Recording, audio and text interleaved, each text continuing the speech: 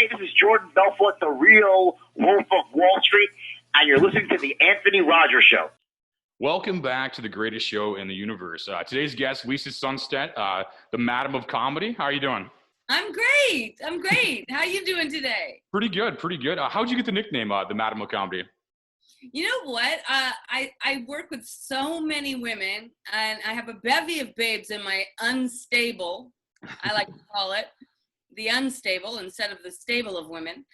And I just started calling myself a madam, or I used to call myself the Heidi Fleiss of comedy, because I literally pimp out these women for gigs.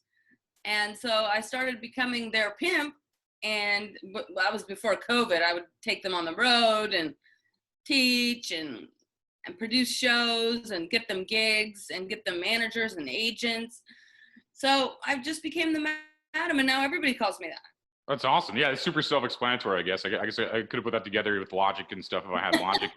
But no, because I knew you taught and stuff. I was seeing your Instagram and stuff. You got a lot of people on there following what you do and stuff, and they believe in what you do. It's pretty cool to see that. Like somebody just like create a dream and get people to believe in it and stuff. And that's basically what success is. And I see it doing pretty well for you. How long have you been in this comedy business, I guess you call it? I started doing stand-up in 1995. Cool. I'm pretty old. Okay, well, I look older than you, I feel like. I feel like I look like 75 compared to, you age better than I do, I guess. So you're in Los Angeles, I guess, then, typically? I am. I'm in Sherman Oaks, California. Cool. Are you born and raised there? Are you transplant or? I'm from Oceanside, California, so I'm a California girl. Okay, cool. And what traditional kind of first interview, what got you into comedy originally? Any people or any certain idea get you into it? You know what? I started doing stand-up because I was a singer-dancer, showgirl. I toured the world with the 50s band Shannon for 4 years. I did cruise ships in Vegas and Morocco and Tokyo Disneyland. And then I was dating an agent at the time, and I really wanted to do a sitcom. And I said, how do I get on a sitcom? He goes, try stand-up comedy. Start doing stand-up comedy. And that's your fastest way to be seen by the industry. That's how you'll get in. So I put an act together, and I was on stage the next week. Wow, that's awesome. Yeah, you look like somebody in a sitcom. That actually made a lot of sense when you said that. I almost saw it in my head when you said that would work probably for you. Really? Are you psychic? I don't know. I'd like to claim it for the clout, but I don't know if I actually am. Well, I never got on a sitcom, but I did fall in love with stand-up comedy. Well, I wouldn't rule out your goal because you have that sitcom vibe for sure. What kind of shit?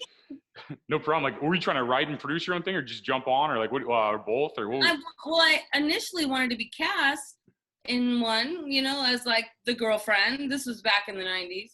Yeah. Or the mom, the young mom, but nothing ever came of that. That wasn't my path.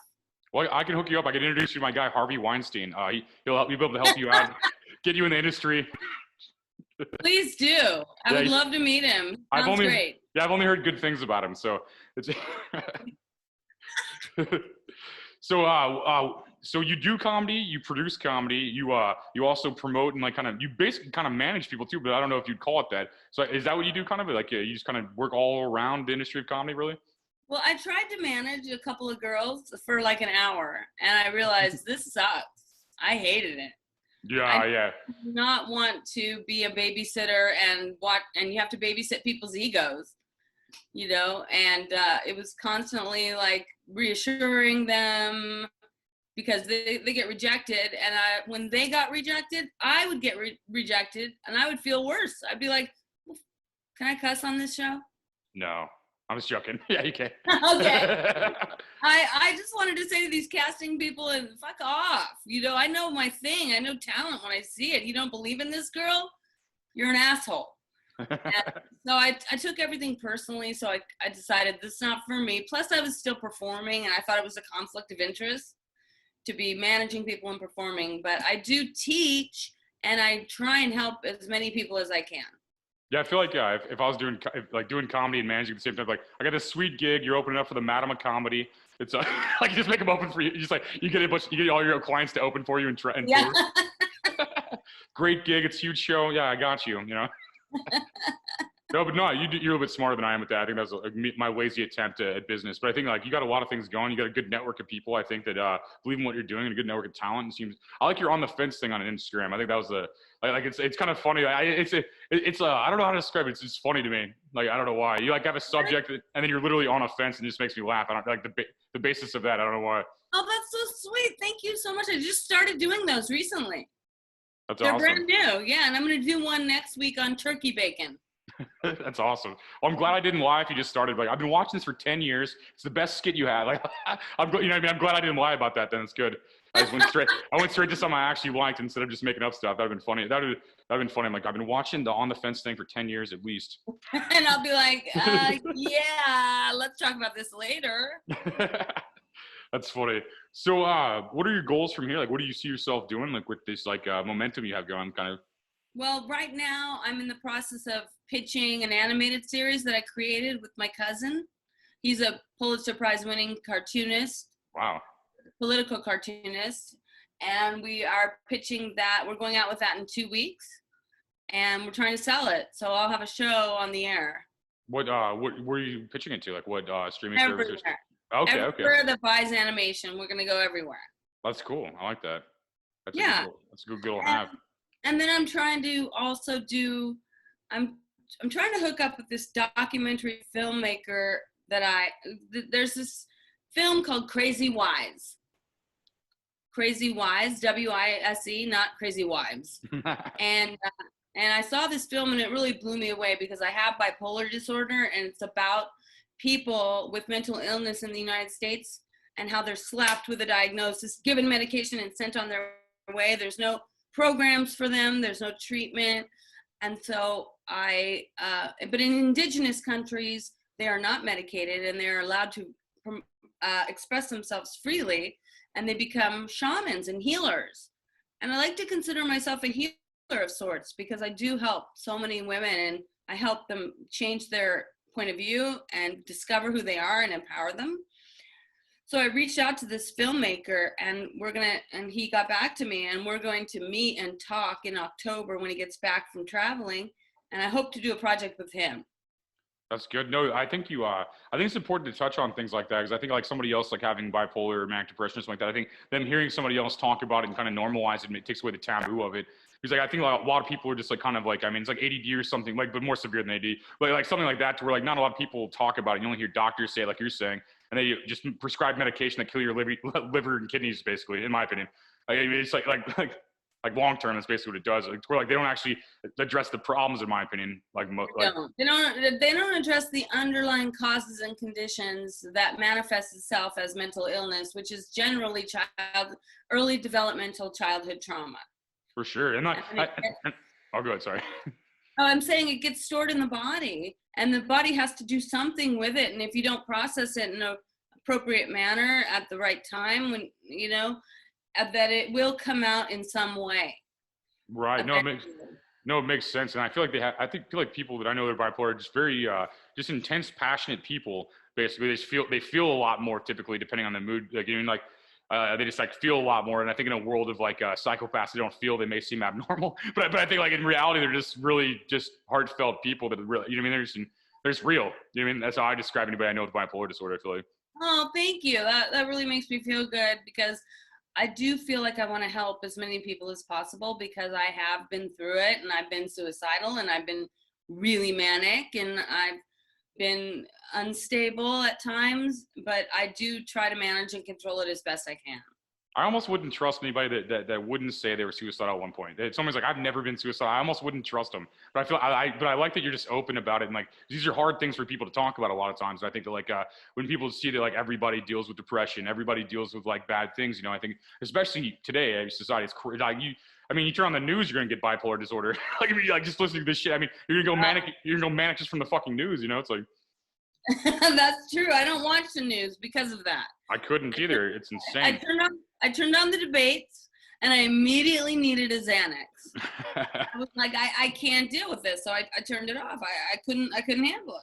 Yeah, I figured the end of the world would be more entertaining. Like when I thought about the end of the world, I'm like, it'd be more interesting. But it's just like boring and terrifying in ways I never would have thought of. Yeah. It's like, this is the worst end of the world I've ever experienced. You're very funny. No, you're funnier actually, like because you're a comedian. I'm just a loser with a podcast. But my mom's watching this, so thank you for the compliment. Oh no! Don't call yourself a loser. You know our words are very powerful. Oh yeah, I know you can't. It's the opposite of having an ego. I can't just feel like you're right. Like, you can. Yes, you can. You can say thank you. Oh, well, thank you, ma'am. I appreciate. Let's go back in time. Thank you, ma'am. I appreciate your kind words. You're very welcome. So, what are some clubs you performed at and stuff? As a fan of comedy, that always interests me for some reason. Well, let's see. I used to produce Pretty Funny Women at the Laugh Factory for 2 years. That's what you did, venue. The Los Angeles one? Yes. That's huge. It's huge. Yes. Produced it there. I produced it at the Comedy Store for several years. I produced it at the Hollywood Improv for many years. And I did La Jolla Comedy Store. We did Atlantic City. We've done Vegas. I produced Pretty Funny Women in a show called Fantasy that was created by a woman named Anita Mann. And Anita, not Anita. I'm like, same. I'm joking. And it was a topless show. And we came out in the middle and did stand-up of this topless show, like boobs bouncing. And then they were like, okay, now some comedy. And half the audience didn't even speak English. It was hard. Yeah, I imagine. They're like, these are the worst strippers ever. It was hard, and they were not hard when we got on stage. That's funny. And those are some legit, that's like the dream of any comedian, I think, half the venues you name. I mean, if one person booked one of those venues, they would just think they made it. Or at least accomplished something. I feel like that's really impressive that you were hard work, dedication, craft, and creativity got you to that point. That's really interesting. Oh, thank you so much. The thing I'm most proud of is that I opened my own little comedy studio. Wow, really? In 2019, it's called the Pretty Funny Women Studio. It's on Melrose and Vista in West Hollywood. Okay, that's cool. And it had 35 seats, and we were killing it right before COVID hit. We were producing shows. I was teaching workshops, classes, specialty workshops, and then COVID hit, and I had to close it. And I still have it. I still pay for it, but I can't use it right now.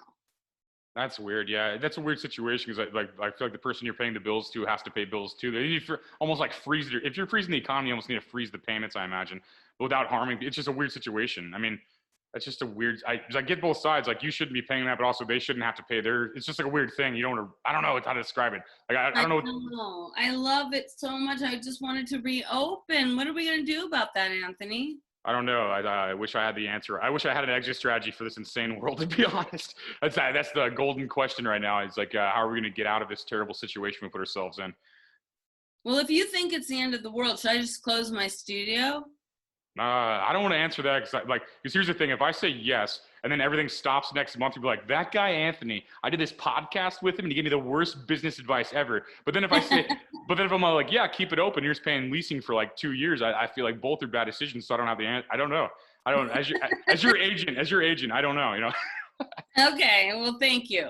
Just being honest. Like, I feel like I can see both scenarios being smart, really. It just depends on what the future is. And no one has that answer. Like, so it's just like, I don't know what's happening right now as far as the future of here. Like, I mean, are we ghosts? Did we die of COVID 6 months ago and we're just like communicating through technology as ghosts? Or is this going to be a situation that goes away soon? I don't know, you know? You know what's funny is I think about that kind of stuff all the time.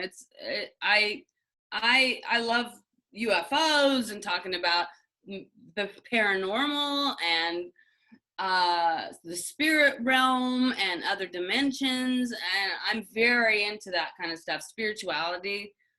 No, me too. I definitely like the dimension idea, like on Center Rosenberg Bridge and traveling through dimensions and infinite Earths. I said Earths. I can't say that word, but pretend I said it well. But like infinite Earth, I think would be cool. That's a cool idea. Yeah. Being like different versions of yourself. Yes. Like a narcissist's dream, you know? Infinite Anthony's. Let's joke. No, all that's interesting though, for sure. And like, who knows? I mean, I just hope the rapture didn't happen and I'm stuck here for the rest of this. Like, you know, I'm like, hopefully that wasn't the rapture and there's not 7 more years of this. Like, yeah, that'd be terrible. But that'd be the worst prank of all time. But you made it work for yourself. Look, you started you got a podcast going. Mm-hmm. My mom's a huge fan of this. She's like my only viewer, so it's pretty good. She's a big fan. She loves this show. She's very glad you're gonna be on here. She wanted to see the amount of a comedy, so I'm glad you made it for my mom to see this later. What's your mom's name? Brenda. Hi, Brenda. Thank you for watching. You have a really cool son. Oh, she won't believe you, but I'm just joking. But I'm just joking. Where are you right now? I'm in St. Louis, Missouri. Have you heard of it? No. I didn't think so. Yeah, I didn't think it was very well known of a town. It's like it's in the middle of the United States. It's pretty cool. That's nice. Yeah. Where and what's it like there weather-wise right now? It's very beautiful fall, to be honest with you. It's like if I was to be completely honest, like the weather is I love fall, so it's awesome. Well, you should be completely honest when you're talking always. about the weather. Yeah. Always, yeah. Keep the soul clean. But no, it's not bad. I like St. Louis a lot, to be honest. It's a good town. It's got problems, but I mean, it's got a lot of good stuff too, though. You're so lucky because it's 90 degrees here today. Oh yeah, LA's for like serpents and like lizard people, right? That's it's pretty bad. It's really hot. Yeah, it'll cool down soon though. Like you have the good weather. I feel like your fall's good, like that 70-degree fall or winter or whatever you guys call it. You have like one season. I don't know what to call it. I don't know what to call it. There's like one season there. Maybe two. That's nice though. No, I like LA. It's like not you per se. You seem cool. But like most of the people ruin it for me. Not everybody, but like most of the people ruin it for me. It's like a bunch of people from like Alabama. Like look, the ocean. Like over. You know what I mean? It's like that's what I feel like. Everybody's like from other places. Like when I went to like LA or San Diego or anything like that, they're all from like other places, like myself included. But yeah, most people are. Yeah. Transplants, but I don't know. I think it depends on your vibration and who you attract to you and in your circle, right? That's very real. I was kind of a shitty person, so it's maybe why I saw shitty people when I went there. But now I'm like, I'd be better now probably though. Like I think that actually makes a lot more sense. So it's like everything's a projection because like everyone sucked around me because I sucked. That makes actual sense because I did probably. Yeah, I've definitely been in bad places in my life and been around people that were unsavory characters. No, that totally makes sense. But now I feel like I'm in a good place and I have so many great friends. There's a lot of great people in my life and in my circle. I feel very lucky. That's nice. That's the goal, I think, really. I mean, if everybody says like money, but I think what you just said is the actual goal. Money's nice, but I mean, I think like that's the real thing. It's just happiness and friendship and family. I think that's the real thing in life. I think that is the goal. Like my family and I are very, very close. You have a huge family. I saw on your Instagram. You have like all those screaming kids everywhere. Yeah, that's my cousin's kids. Yeah, it's a lot of kids. He's got 7 kids. Those are all my second cousins. You're always traveling too. Like I see you do like an Instagram video. You're like, I'm in another house with a hot tub and a jacuzzi. every house you're in has a hot tub and a jacuzzi. Apparently, I'm like, how many? I'm like, you have the best traveling sense I've ever seen in my life. Well, I love pools and jacuzzis. Me too. I don't have one. I've never lived in a place that has one, and I just love it when people have them, and I want to use them. But, you know, when you go over to someone's house who has a jacuzzi, they don't give a shit about their jacuzzi. Yeah. So they will not go in it with you, so you don't end up using it. Yeah, it's like a treadmill. It just like sits somewhere in their house all the time or outside their house. Like, exactly. It's like but no, I don't know. I haven't been in a hot tub in forever now. I think about it. Like, so it's probably why, I guess. Well, it's like my treadmill. It just sits in my living room. Like holds laundry. Yeah, exactly. Mail. Yeah, like one of these days I'll walk in the same spot. Maybe, I don't know.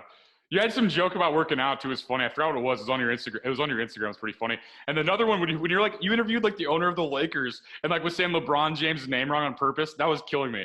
Like that was fucking. Thank you. No problem. That was crazy. I mean, that was a good guest, and like it was funny seeing your energy with like a good guest like that. That was interesting. Yeah, Jeannie Buss took my class. Oh, okay. That's how I met her. So you made the owner of the Lakers funny. You know what? She was really funny. That's awesome. That's an accomplishment. You need that on your resume if it's not already. Oh, really? Why would I put it on? I mean, how do I put it on there? Experience made the owner of the Lakers funny. That's an accomplishment. Yeah, she's an amazing person. She's one of my favorite people in the world. That's crazy. I haven't followed the Lakers since their last owner died of like old age or something. That guy was like he was the owner forever. Like but I haven't followed them in a second. I didn't even know who the owner was until I saw that on your Instagram actually. So like you gave me news also. Oh, great. Well, that was her father. Oh, okay. It's crazy. Yeah. That's crazy. Like, yeah, the Lakers seem like they're getting their shit back together lately. If you're a sports fan, Yeah, they are. They're That's doing interesting. well. It's nice. Yeah, it was just weird because they had such a good team forever. They held on to them. Like Shaq and Kobe were just getting old, and like they had the best team for like 10 years, but then they aged 10 years, and they're just like, what do we do? It's like, but the reset's kind of cool. I don't watch basketball. Me neither, but I sounded convincing, right? I You sounded really like did. I was very impressed. Like you knew your thing. I'm like, I know about balls going in baskets and people running across lines. I'm an expert. Well, I only know about balls. Yeah. I don't know about basketball. I don't know about anything. I just bullshit my entire way through this. I like butchered your name while I was reading it on the intro for the listeners. I was really literally reading off my script and said fucking Linda instead of Lisa, and I was so embarrassed of myself. And I was like, just for the viewers to know how stupid I actually am and how awesome Lisa is to deal with somebody like me. Aw, come on. No, I know. I'm like, I know you're David. I said it's stupid. I was like I was so dumb.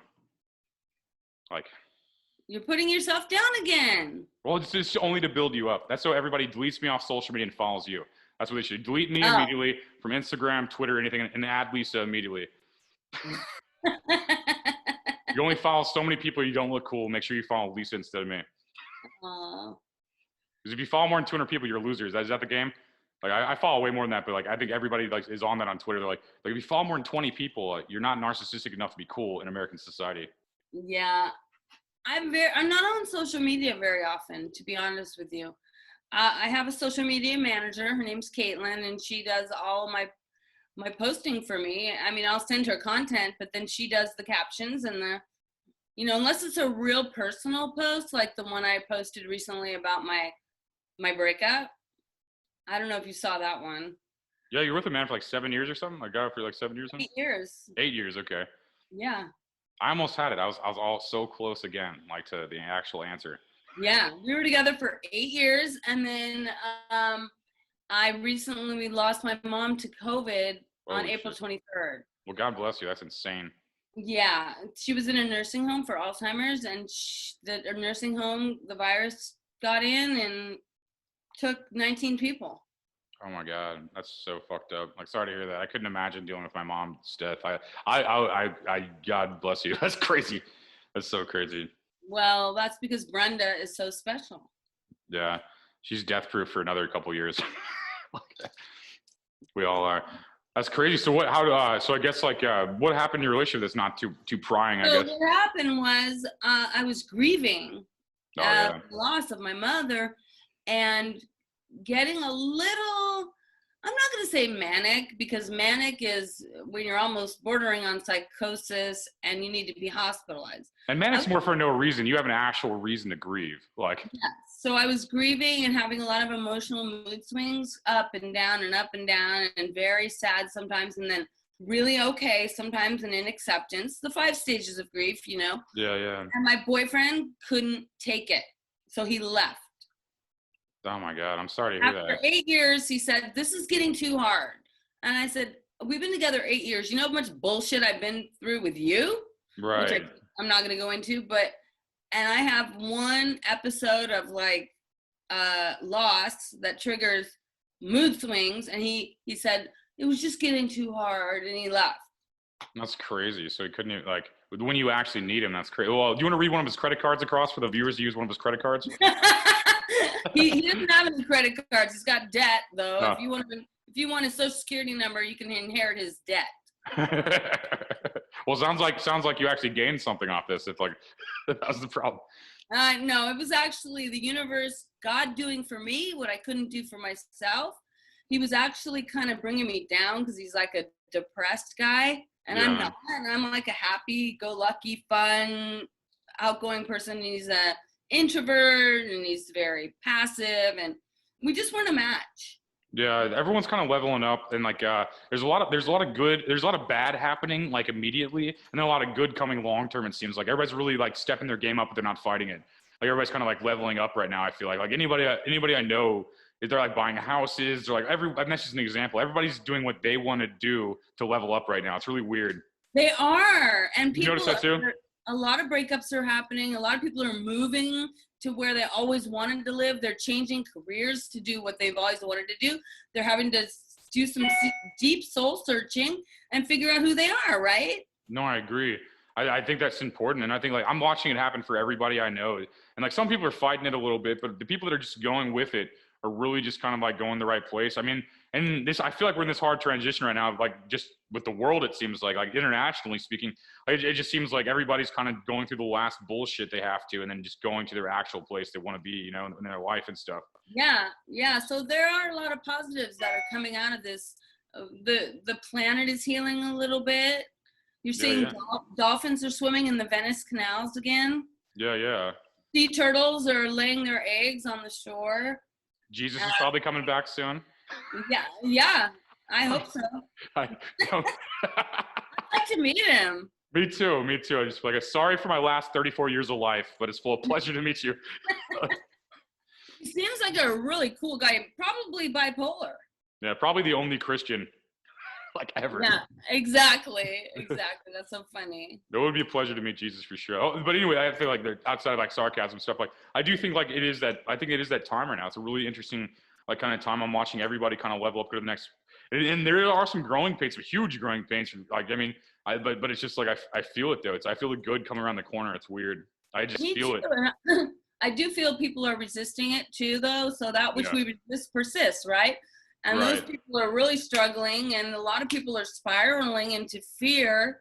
But you can choose one of two paths. You can choose to be afraid, or you can choose to expand. Well, exactly. It's like, what does being scared do, really? I mean, like I feel like being scared is not going to save your life. It may make you more cautious somewhat, but it's just like I'd rather just run with it, you know? Yeah, just go for it, because we only have one life, or maybe we have 50, who knows, but we have at least one life on this three-dimensional plane right now, right here. I want to realize my potential while I'm here. So I don't want to be held back by anybody or anything, and I just want to go for everything and be the most I can be. Watch you get on a sitcom like within like a month or two. You think I don't even want to do that anymore? Oh, you're like, this was my old dream. This dream sucks now. Yeah, it's an old dream. I don't want to say someone else's words. Yeah, you're like, I don't even. Oh, that's real. If I'm gonna be on a show, I want it to be the one I created. No, that's a good point, actually. Yeah, you're like, my dreams have evolved. I don't want this bullshit sitcom job. Yeah, exactly. No, there's a lot of good shows out there. If The Office was still on the air, that's a show I would do a walk on. I would do extra work for that show. That's like my favorite show of all time, besides Golden Girls. Golden Girls is a hit. It's a hit. Mm-hmm. I always just want to say the book's better to everything. Whenever someone's like, I like this show or movie, like I just feel like I have that cheesy 80 like old joke, or I just want to be like, the book's better. I don't know. I just feel like I'm supposed to say that to everything. But Golden Girls is a big show. I can't believe like Betty White's still alive. That's crazy. I know. Isn't that great? Yeah, good for her. It's like she's a vampire probably. Yeah, something going on. Yeah, it's good for her. Yeah, I hope I have half of that lifespan. Like, Jesus. And that great career. Oh yeah, don't rub that in. I don't want to compare myself to that right now. I'll end up with bipolar disorder. I'm just joking. That's awesome. So, who are some of your favorite comedians? If that's not too cheesy of an answer or question. Who are they now? Yeah, like name your favorite one now. They could be past, living, whatever. They could be dead, alive. Probably Molly Shannon. She's one of my closest friends as well. You know Molly Shannon? Yeah, she's one of my good friends. That's awesome. Yeah, and when I met her, because I went to her show, this was in the early 90s, she did a show called The Rob and Molly Show. It was like a 2-person show. And it was the funniest thing she did Mary Catherine Gallagher and Sally O'Malley, and she did all those characters that she did on SNL. She did those characters in this show. And I was like, this is the funniest woman I've ever seen in my life. I need to meet her. So I went up to her and I said, I love you and let's have coffee. And then we became friends. That's a great story, actually. That's cool. So is she funnier in real life? I assume she is. She's funny on stage. So but funny. I had a feeling she'd be funnier in real life because she seems funny on stage, but I feel like she'd just be like hilarious as a person. Oh, she's so fun to hang out with. She's a blast, and she's a really good person. That's awesome. Like, the world needs more of those people. Yeah, she's not a narcissist by any stretch of the imagination. She's a mom. Her kids are her world. And she's just down to earth and real and giving and generous and loving and present and available. She's a great friend. That's awesome. Before we talk for 9 more hours, I feel like I could just keep this podcast going forever. It's like I just seem like we're vibing. But do you want to throw out any social media or any way people could find you and just kind of promote yourself a little bit to where everyone can just unfollow me and follow you on social media? Well, don't unfollow Anthony, but follow us both I'm at Pretty Funny Women on Instagram, at Pretty Funny Women. On Twitter, I'm Lisa A. Sundstedt. Ann is my middle name, Lisa A. Sundstedt. But I don't spend much time on Twitter, so it wouldn't really matter. But Instagram's my platform, I think. But I love Facebook, too. I really love Facebook because that's my generation, you know. But Lisa Sundstedt on Facebook. That's awesome. Well, thanks for coming on. We'll probably have to have you on again because that went pretty well. And like, good luck in your future, and I hope you accomplish all your dreams. Oh, you're so wonderful. Thank you so much for having me. You're a blast. No, you too.